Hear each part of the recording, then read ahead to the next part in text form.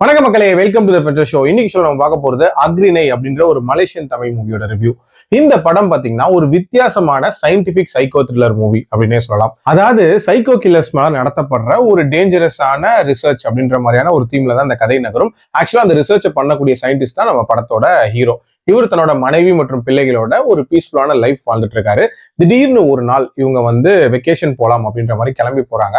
போன இடத்துல இவங்க ஃபேமிலிக்கு என்னென்ன மாதிரியான டேஞ்சர் காத்துட்டு இருக்கு, அண்ட் இவங்க ரிசர்ச் பண்ணக்கூடிய அந்த சைக்கோ கில்லர்ஸ் என்னென்ன மாதிரியான சம்பவங்கள் பண்றாங்க, ஃபர்ஸ்ட் ஆஃப் ஆல் அந்த ரிசர்ச் எதுக்காக நடக்குது அப்படின்ற மாதிரி நிறைய விஷயங்களை சொல்லக்கூடிய ஒரு படம் தான் இந்த படம். எனக்கு இந்த படத்துல பிடிச்ச விஷயம் அப்படின்றது கண்டிப்பா இந்த டீமோட தாட் ப்ராசஸ் அப்படின்னே சொல்லுவேன். நிறைய விஷயங்களை ரொம்ப யூனிக்கா கொடுக்கணும் அப்படின்ற மாதிரி முயற்சி பண்ணிருப்பாங்க.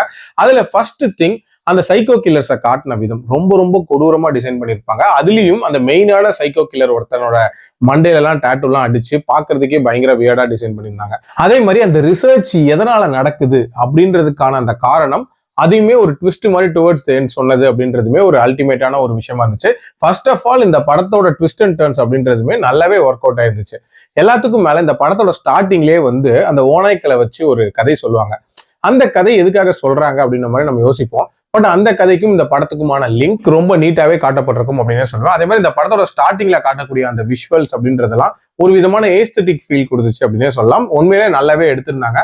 அண்ட் டியூரேஷன் வைஸ் ஒரு 1.5 மணி நேரத்துக்குள்ள முடியக்கூடிய ஒரு படம் தான். ஒரு குயிக் வாட்சாவே பார்த்துடலாம். பட் இந்த படத்தோட பிரச்சனை என்னன்னா, இந்த படத்தோட மேஜர் போர்ஷன்ஸ் அப்படின்றது ஒரு விதமான சர்வைவல் த்ரில்லர் மாதிரி போகும். அந்த சர்வைவல் த்ரில்லரை இன்னுமே பெட்டரா எடுத்திருக்கலாம்.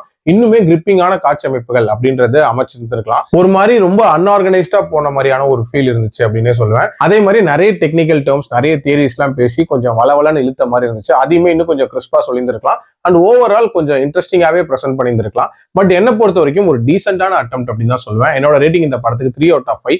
அடல்ட் கண்டென்ட்டை பொறுத்த வரைக்கும் ஒரு சில காட்சிகள் கொஞ்சம் டிஸ்டர்பிங்கா இருக்கும். அதுக்கேற்ற மாதிரி பிளான் பண்ணிக்கோங்க. மீண்டும் அடுத்த விமர்சனத்தில் சந்திக்கிறேன். நன்றி, வணக்கம்.